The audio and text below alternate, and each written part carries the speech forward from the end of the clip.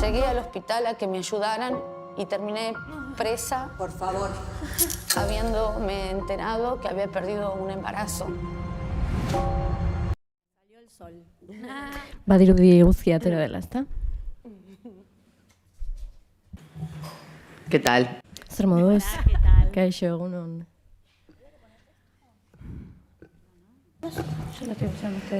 ¿Cómo le fue? Zer moduz? Zer iruditu zaizue? Qué bueno. Gustatu zaizue posten naiz, eskerrik asko. Bienvenidos a una Egunon nueva rueda de prensa guztioi, de esta edición del prentsaurreko Festival de San berri Sebastián. batera, Donostiako Como sabéis, zinemaldian, presentamos una dakizuen gran moduan, parte de la gaurkoan selección sail del ofizialeko concurso. pelikula edo Se film trata bat de aurkeztuko Belén, dugu, la hain nueva zuzen ere, película Belén, de Dolores que estuvo en el Fonzik Festival zuzendari con- gisa aurkezten con duen Blondie, pelikula pues, berria, película y Blondie tenemos filmarekin mucho ere cariño. etorri zen zinemaldira eta Y asko para maite dugu presentar la hemen. película contamos con Filma parte aurkezteko, importante de su equipo, con los bertako esfuerzos. aktore Presento a todos, zerrenda luzea Belén dugu, Mesa, del otro eta extremo hasta aquí. beste Y bazterretik la aurkeztuko Belén ditut no es aktoreak, preguntas, que eta son zuzenean irekiko dugu galderetarako Mira, nos txanda. acompaña Lehenik eta behin Javiera ditugu Balmaceda, Javiera productora de la Balmaceda, película, ekoizlea,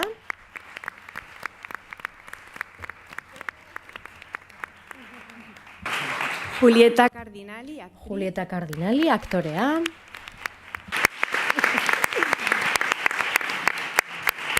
Laura Paredes, actriz, Laura una de sus llamadas Paredes, aktorea eta gidoilaria, Dolores Fonsi, Dolores directora, una de Fonzi, las guionistas y zuzendaria, actriz. gidoilaria, aktorea,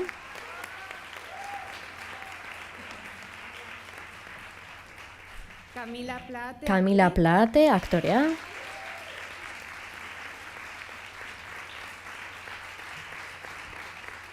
Leticia Cristi, Letizia Cristi, aktorea, actriz.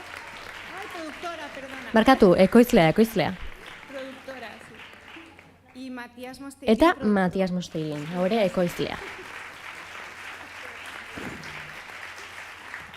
Si os parece, empezamos Ondo iruditzen directamente con bazaizue, las preguntas. galderekin hasiko gara. Hemen lehen galdera bat dugu.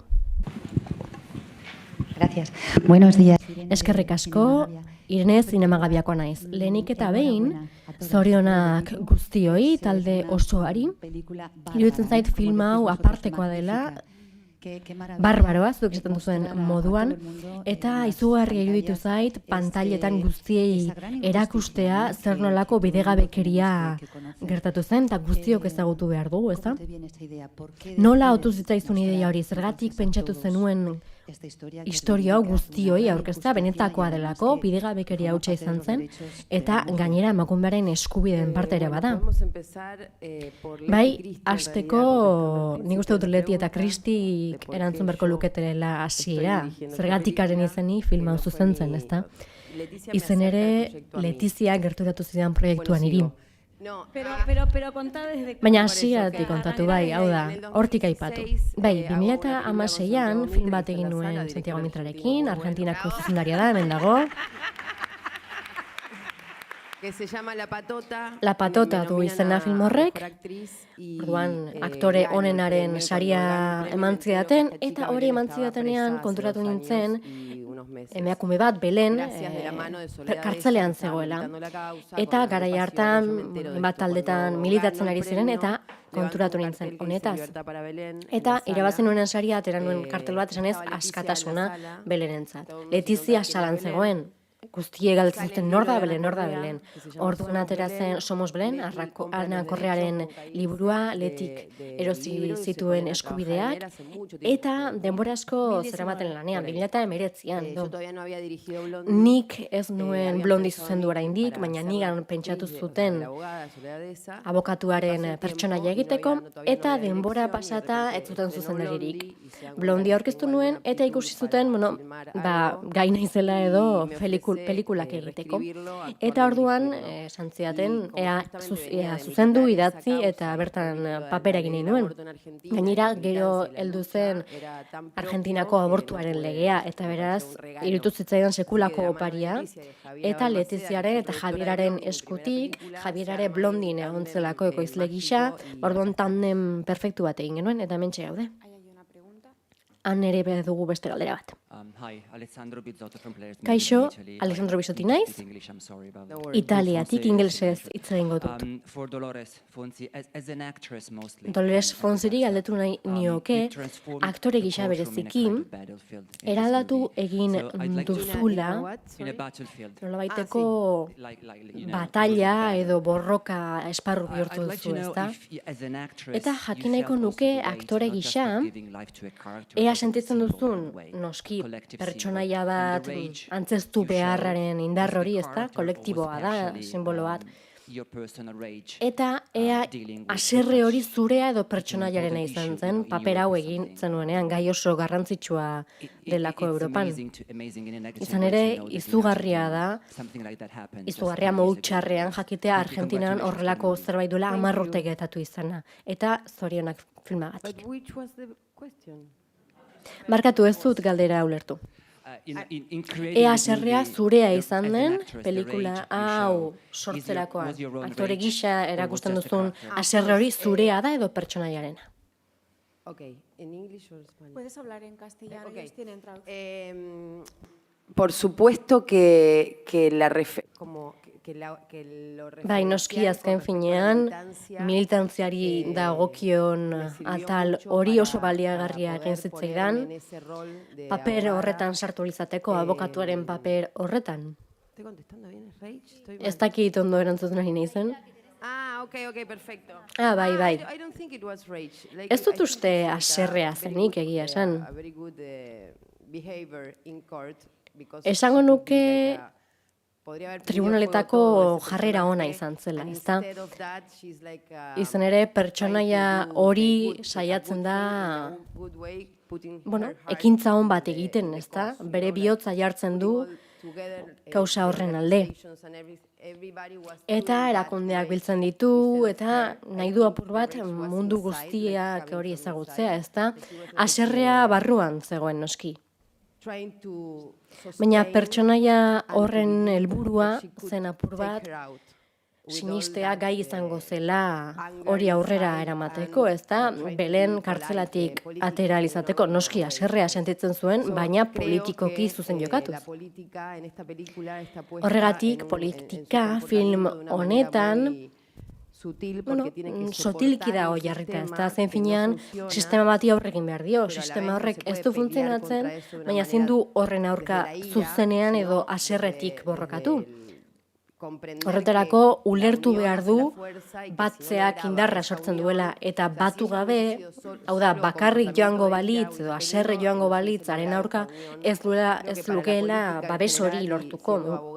Eta uste dut pertsonaia abokatu izan da, ondo jakin behar duela jendea nola batu, alik eta jende gehien hau aurrera eramateko. Eta soledadeza, benetako soledadezak egoera hori bizi du, ezta? Nik apur bat bertan hartu nuen inspirazioa, bere pertsoneiak hartu ninduen ni, baina oso bare egiten zuen, ezta? Lan horietan ari zen den jendea oso bare bizi da, edo politikak eta legeak bare bizi behar ditu. Eta hori esan harritzekoa da, izan ere gu aktoreak gara, eta sentikorragoak edo sentiberagoak gara, ez da gehiago adierazten dugu gure burua, eta serrea beste modu batera bideratzen dugu. Baina soledadezak helburu argi bat zuen, eta haserre hori maneiatzeari esker lortu zuen, ezta? Tukumanen, patriarkatuan eta bizitako bidegabekerietan. Hemen beste galdera bat dugu. Kaixo, Maria naiz, Marretebekoa. Ni emakumea naiz eta horregatik eskerrak eman dizkizuet eta zorionak, negarrez irten naiz. Esango nuke, atzeraldi une batean, adibidez, eskuin muturrak gora egiten ari dira, Espainian adibidez, gure gorputzi buruz erabaki nahi dute, eta lehenik eta behin eskerrak eman dizkizuet. Izan ere, horrelako abusu egoera hori daude, eta ez dira kontuen hartzen, beti hitz egiten da diskurtso jakin bati buruz, eta emakumeak etxera joan behar du, eta horregatik eskerrak eman dizkizuet lehenik eta behin. Jakin nahi nuke, ea kontaktuan egon zareten Belenekin, izan ere, Espainian La Manada kasuare izan genuen, legeak aldatu zituen eta neska honek herrialdea utzi behar izan zuen eta hau izugarria iruditzen zait. Biktima bihurtu zen emakume batek desagertu behar izatea. Ez dakit Belenekin kontaktuan egon zareten eta bestalde Kamilari galdetu nahi nioke ea nola landu duen pertsonaia hau, izan ere haserre hori, ezta, emozio guzti horiek transmititzen dituzu. Eta gustatuko litzateke jakitea nola landu zuen pertsonaiari. Eskerrik asko. Guk Soledad Deza abokatuaren eta Belenen, benetako Belenen eskultik egin genuen lan. Lehenik eta behin ados egon zen Ana Korreak egindako liburuarekin, Belen liburuarekin. Eta bazekien eskubideak erosita zaudela, bazekien lanean ari zirela. Eta noski arekin kontaktuan egon ginen, ezagutu ahal izan genuen. Eta oso pozik dago. Argentina egin genuen prestrenaldian, ni atera nintzen salatik eta ikusi nuen, eta horrela hartu nuen, eta esan ziaten, bai, lasai. Ikusita zuen pelikula, eta bai oso eguneratuta dago, oso komprometituta, eta esaten du apur bat, nolait, kapituloren bat edo itxial izan duela pelikula honekin. Apur bat zuk esandakoaren aritik, Belenek Tucumandik alde egin behar izan zuen, Buenos Airesen bizi da gaur egun, anonimatuan, duela ja 9 urte joan zen Buenos Airesera. Eta pertsonak dituen, inguruan dituen pertsona horiek ez dakite Belen dela. Bere burua ez dugu gai ikusten hori kontatzeko. Pelikula ikustera joan zen, eta esaten zuen, lagunekin joan nahi dut, baina ez dakite ni naizela. Eta horregatik mesedez ezagurtu ni, ez dakite Belen naizela. Hori epatzen zuen. Pertsonaia lantzeko, nik eta behin, gai hau noski oso garrantzitsua izan da niretzat, ni emakumea naiz noski, Tucumangoa, ama ere banaiz, eta gai hau barnera sartu zait, ezta errealitate hori heldu zait, ni naizenagatik, Tucumango parte naizelako, eta errealitate hori ulertu alizateko, egunerokotasun batetik ezagutu dut, ezta Argentinako iparraldean, probintzia hori oso kontserbadorea da, kristautasuna indarrean dago bertan, baina aldi berean probintzia horretan borroka eta erresistentzia asko egon dira. Eta ikusten dut pelikulan hori apur bat erakusten dela, ezta? Itxaropena, gizartearen erresistentzia hori, eta horrek indar handia ematen du. Pertsonaia sortzeko asko hitz egin dut Doloresekin, eta, pitxuzku gauza asko eskatu dizkiot, ezta? Esan ziren baita ere, apur bat ospitaletara joan behar izan nuen, ezta apur bat ikusteko zer dinamika egoten den horrelako kasuetan, ospitale publikoetan. Nik bizi izan dut, ospital publiko batera joan behar izatea, umentzako, eta horrelako jarrerak eta indarkeria ikustea, ezta zer indarkeriarekin hartzen zaitu zen. Beraz, informazio desente nuen, ikuspegi erreal horietatik, ez da, pertsonaia osatzeko. Eta gertuko kontu asko nituen, Tucumangoan naizelako, eta horrelako esperientziak bizitzen ditudalako. Gero liburua erakurri nuen, noski hori gakoa izan da. Biblia bat bezala hartu dut, grabaketan zehar, horrek aukera mandidalako pertsonaiaren alde politiko hori ikusteko, Belen kasuaren alde politikoa ikusteko, baina Anari esker, ikusten zakezu badagoela pertsona bat, desirak dituena, nahiak dituela, bizitza duela azken finean, eta bizitza hori izateagatik borroka egin zuela. Eta ikusi izan dut nolakoa zen Belenen bizitza, hau gertatu horretik, hau gertatu bitartean eta ondoren. Eta uste dut prozesu hori oso garrantzitsua dela pertsonaia eratzeko. Azken finean asko landu nuen bi polo horien arteko harremana, ezta? Alde batetik zaurgarritasuna, zer zaurgarritasun bizituen Belenek, eta gorputza horri aurkeztea, ezta? Eta hori izugarria da. Eta aldi berean landu ahal izatea indar guzti hori, ezta? Bere ahalduntzea egoera horren aurrean.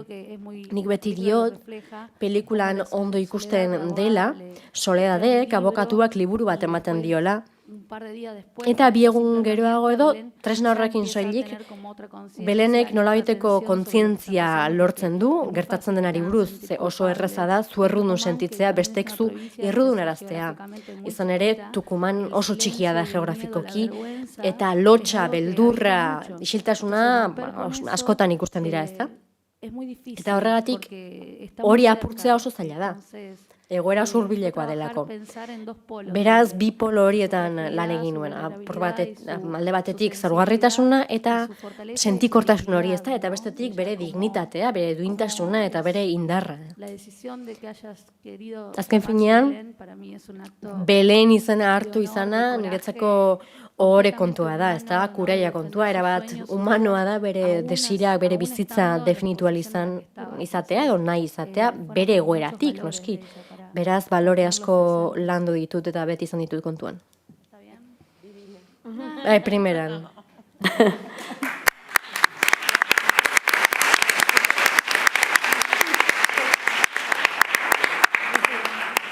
Hay una pregunta. Gracias, Desire. Hola. Bai, beste aldera badago hemen. Hola. Más allá Kaixo. de la parte humana que tiene la película. Filmaren alde humano edo gizatiar horretaz zaratago ondo kontatu duzu noski, baina uste dut zinema politikoa dela. Eta galdetu nahi nuke zer intentzionalitate duen pelikulak. Hau da, jarraitu behar dugu erreibindikatzen, feministak izaten, egia da guztia ez dagoela galduta, baina dena ez dago irabazita, ez da zarata egiten jarritu behar dugu. Eta bestalde galdetu nahi nizuke erabaki bati buruz, izan ere Mercedes Sosaren gaiarekin amaitzen da, ez da, eta horrek indar gehiago ematen di horri. No, de nada, gracias a vos. Bai, eskerrik asko zuri. Mercedes Sosa me quedé ahí, pero Mercedes Sosa bai, horrekin geratu naiz, baina hasteko bai, film hau, edo film honetan, bai, militantzia agertzen da, eta abortuaren aldeko legearea agertzen da Argentinan. Ez da horri buruzkoa, uste dut bidegabetasunari buruz eta instituzioetako aparatu buruz hitz egiten duela, ez da bidegabekeriak sortzen dituzten aparatu horiek. Ez dute justizia behar bezala jartzen, eta zeinen eskuetan dagoen, ez da nork defenditzen duen hori ikusten da. Baina unibertsalagoa da. Hau da, ez da beharrezkoa militante feminista izatea ikusteko. Ez da beharrezkoa gizonezkoa izatea edo emakumea izatea pelikulari buruzko iritziak izateko, noski gure esku dago, gehienak emakumea gara. Emakumei buruzkoa da, bai? Eta drama hori emakumearen gorputzea dago Beleni gertatu zitzaiolako. Baina uste dut militantzia feministateik haratago doala, gaia unibertsala delako, eta Soledad Deza gizonezkoa izan liteke. Gizonezkoa izan balitz noski, agian ez nuke erakutsiko aurren bila nola joaten zen, ez da, normalean ez zelako olako konturi gertatzen. Emakumea, berandu heltzen da eskolara, ez da, eta guk ohikoago dugu, gure bizitzetan ikusten dugu, horregatik irakusten dugu, ez da, ez kontuta dago, bi seme-alaba ditu, eta gai txikiagoak, edo kasu txikiagoak lantzen ditu, baina batean bizitza datuko dion kasu bat lortzen du, ez da, eta badaki, argi daki, gorputza jarri beharko duela, su horietatik igaro, eta datorrenari aurre egin. Eta hori unibertsala da. Iruditzen zait, edonork bere paperetik, bere gizarte egoeratik, zerbait alda dezakela, ezagutzen badu, edo bestearekiko interesa jartzen badu. Nola bait. Nola, guztiok gure lekutik zerbait alda dezakegu. Uste dut hori funtsezkoa dela. Eta askotan errepikatu dudan kontu bat, da erreibindikatzen dela zerbait, ez soilik Argentinarentzat edo Tukumanentzat, munduarentzat, hau da, unibertsala ere alde honetan, emakumeen batasuna, ez da. Garai hartan lortu ahal izan genuen hain mugimendu indartsua, ez da, eta gero abortuaren legea lortu zen 2008an, ez da. Badirudi, taldeko lanaren aurka egiten dela, baina argi dago, operazio bat dagoela hor, ezta? Hor esaten da dividirrineraz, edo batu eta irabaziko duzu. Eta pelikulak nolabait aire fresko hori dakar, ezta? Gogoan izan behar dugu batasunak indartzen gaituela eta garai hartan lortu bagenuen orain ere eta behar dugunean lortuko dugula, orain edo behar denean. Beraz, bai, hainbat geruza ditu film honek, eta intentzionalitatea da bereziki edonor identifikatua sentitu alizatea, eta nolabait inspiratzea pertsona hobea izateko. Oso ondo. Una pregunta aquí atrás. Beste galdera dugu menatzean. Hola, buenos días, Mario. Kaixo, egunon, lehenik eta behin, zorionak guztioi filmagatik. Lehenik eta behin galdetu nahi nuke zerbait.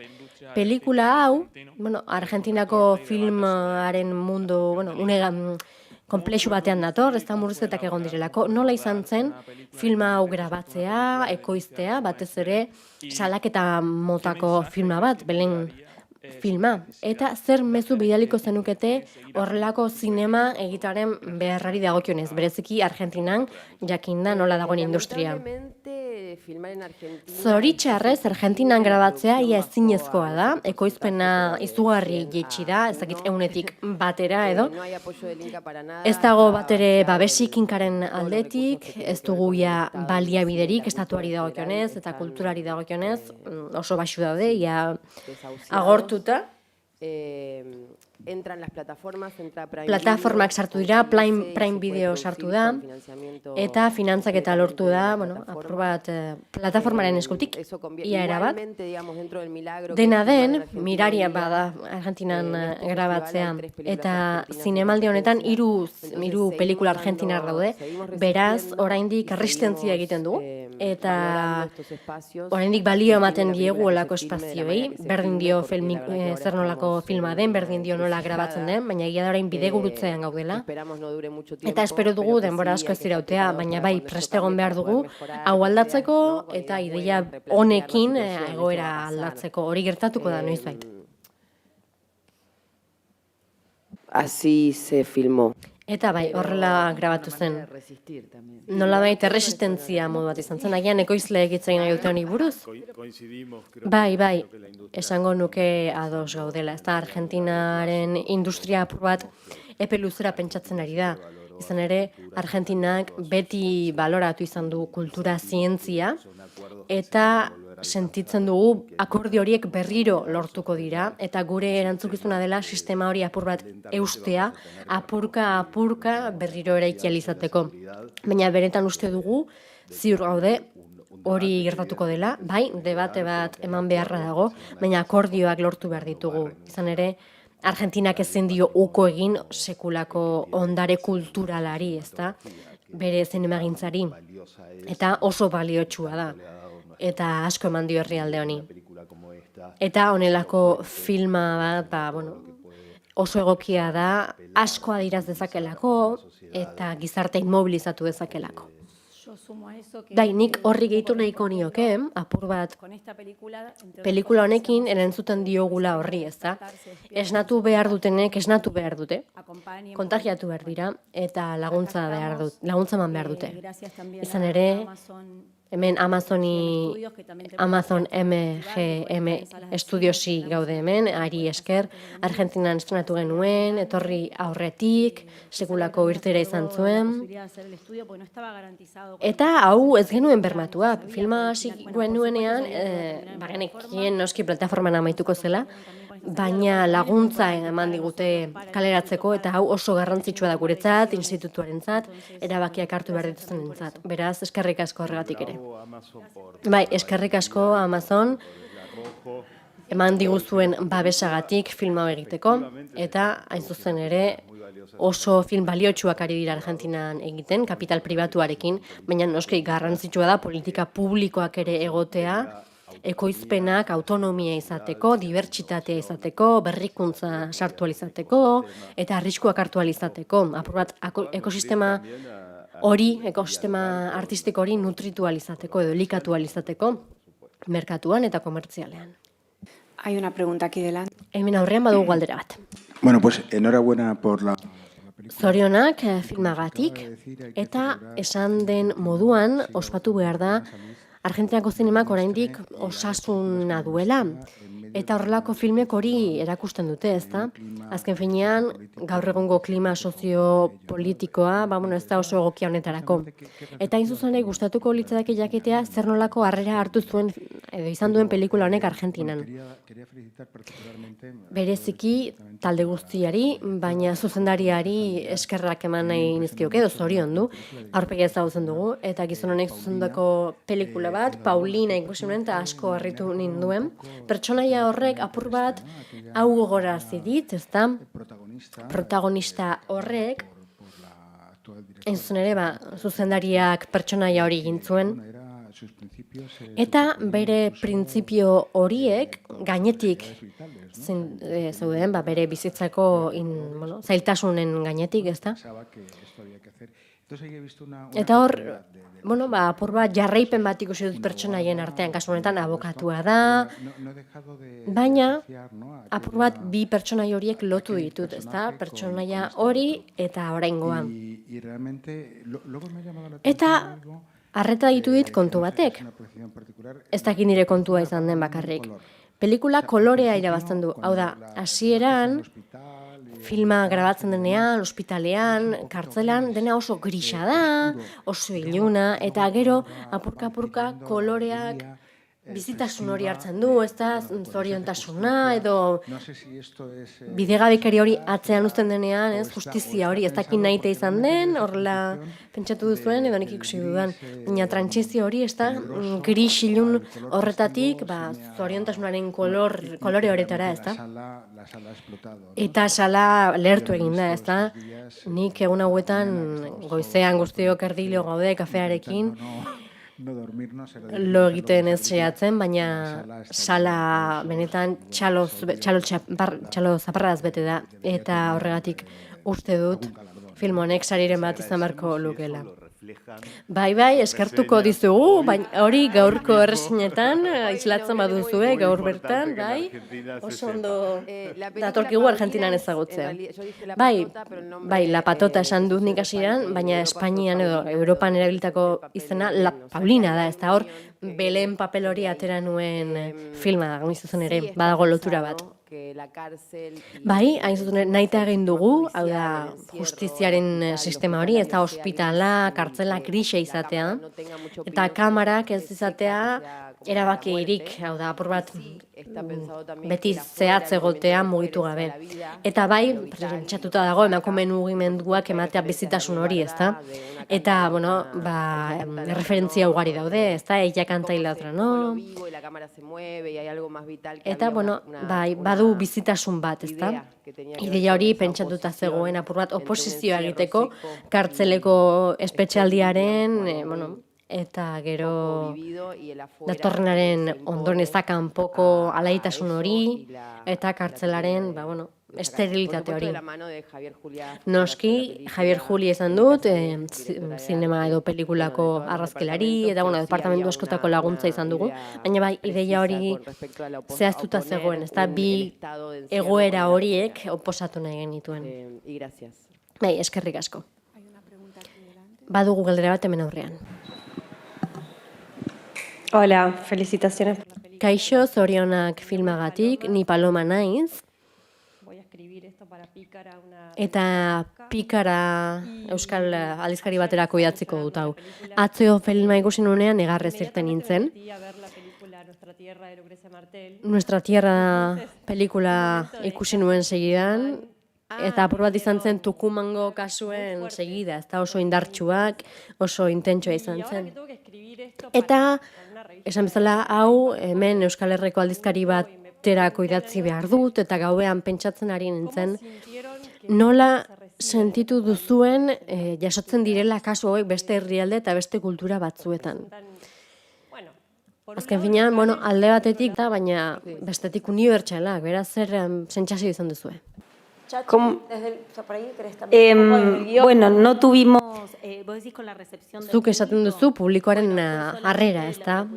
Egia esan, orain Buenos Airesen ikusi dugu oso berezia izan da. exposición en el Gomón, que es un... Gomonen ere eginda kaleratzea Buenos Airesen, Kongresuko plazaren aurrean dago, eta hor manifestatzen da jendea normalean. Eta, bizitasun askokoa izan zen, eta ikusi ahal izan genuen Doloresek esan bezala jendeak bere egiten zuela alaitasun hori, ezta? Eta askontan, askorentzat, emakumeen mugimenduarentzat oso garrantzitsua, oso emblematikoa izan zen, ezta? Eta apur mandaztu egin zen, belen izateagatik zuzenean joan zen jendearen, eta, pelikula ikustera joan zen jendearen artean, ezta? Eta badirudi pelikula honek lortzen duela erresistentzia memoria hori berpiztea. Eta, ezin dela bidegabekerien aurrean besterik gabe hor lo gelditu, ezta? Eta, badirudi sentsazio hori sortzen duela, ezta? Gero eta jende gehiago dagoela, eta jendeak gogoa duela borrokak egiteko. Noski, pelikula bat da, pelikula batek funtzionatzeko behar duten legeak, ezta? Eta hori ere hartu nahi genuen, narratiba efektiboa izaten nahi genuen, eta epaiketa pelikula baten sentsazio hori eman nahi genuen, ezta? Hor baita ere militantzia eta kontu hori guztia sartu nahi genituen, ezta?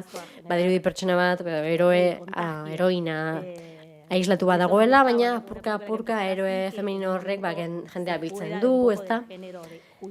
Eta apur bat epaiketa genero hori alde batera uzten du. Eta Doloresek eta biok beti pentsatzen genuen, alaitasun eta arintasun apur bateri izan behar zuela. Hau da, ez dugu pentsatu behar gauza larriak beti larriak direnik, umore pixka bat ere sartu genuen, ezta? Beraz, pentsatu genuen guzti hori jasotzen ari da, jendeak esaten dit, zazpi aldiz egin dut barre eta 15 aldiz egin dut negar. Eta Europan nola jasotzen den, ez dakigu zuek esan behar diguzue.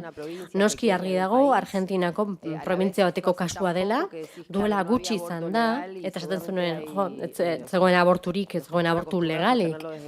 Eta aurretik duzuen horiek, zorionekoak zarete, ez da, baina duela gutxi gertatu zen, ez dakit hemen desberdin ikusten den, ez da, hirugarren munduko kontu bat den, ikea distantzia batetik ikusten den. Claro, hori da, misterioa da. Uste dut, edonongoa izan da, kausa hau zure egin dezakezula, bidegabekeria edonorri gertadakiokelako, ez da? Haian herrialde batzuetan ohikoagoa da, instituzionala, ez izatea hain osasuntsua, ez da? Azken finean emakumeentzat beti da bigabea. No, 18 de septiembre se estrenó en Argentina. Irailaren 18an estrenatu zen Argentinan, pasaren ostegunean hori da. No, la recepción excelente. Eta Argentinako harrera paregabea izan da. Izugarria, sekulako kritika positiboak, jendea oso unkituta zegoen, eskertuta, hain zuzen ere baire fresko bat dakarrelako, ezta? Hain gutxi gertatutako errealitate bat aldarrikatzen du. Biegun geroago etorri ginen, eta mezua jasotzen ditugu, jendea negarrez ateratzen da aretoetatik, txaloka, filman zehar txalo izugarri egiten dute, amaieran ere bai, eta azkenean apur bat guztiak bihurtzen dira pelikularen parte, ezta?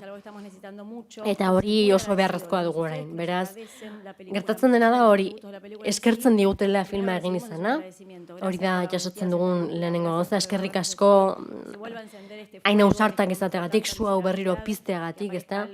Horrelako zerbait une honetan egiteagatik. Llegó Soledad Deza. Soledad Deza dugu aretoan. Benetako abokatua. La real Soledad Deza.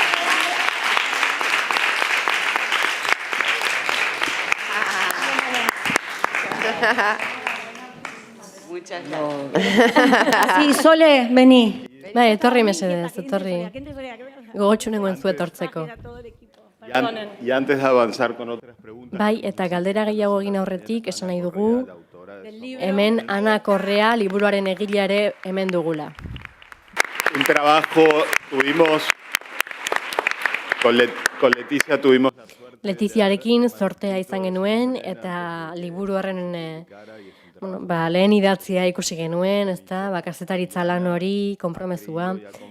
Eta Anak betidanik sinetsi du prozesu honetan, eta badakigu gaur amets bat gorpuztu egin dela. Eskerrik asko jarri duzun konfiantzagatik, eta hain uste honagatik.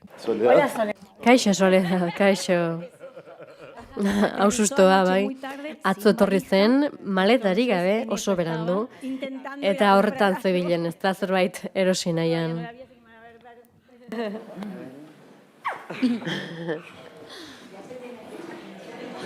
No.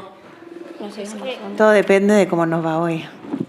Dena gaurko egoeraren arabera da, zuen arabera joango da dena. Bueno, yo aprovecharía... Nik aprotxatu nahi nuke Soledad hemen izatea, apur bat pelikularekin izan duzun harremana galdetzeko, ez da nola bizi izan duzu prozesu hau? Bai, esan izugarria izan da, ez da? Zuzenbidea ez da hain dibertigarria, filma honegatik ez balitz, agian ez litzateke ikusiko abokatuek zer egiten dugun, ez da? Oso garrantzitsua iruditzen zait pelikula hau. Izan ere, batzuetan, kasuetako bizitzen atzean gertatzen den hori, ez da ikusten kanpotik ikusi beharko litzateken bezala, ez da? Kasuen atzean, edo kasuen baitan ze sufrimendu ikusten den, ez da? Azken finean hor, pertsona daude. Eta hor ikusten dugu kasuen atzean dagoen hori. Eta iruditzen zait hori oso ondo egina dagoela. Hori da erakusteko edo kontatu alizateko unerik edo modurik onena. Esango nuke ez dugula denbora gehiago, zinemaldian gauza asko solapatzen direlako, sentitzen dut lankideoi, ezin izan duzulako parte hartu, baina eskerrik asko Beleneko taldeari, zorionak eta zorte on filmarekin.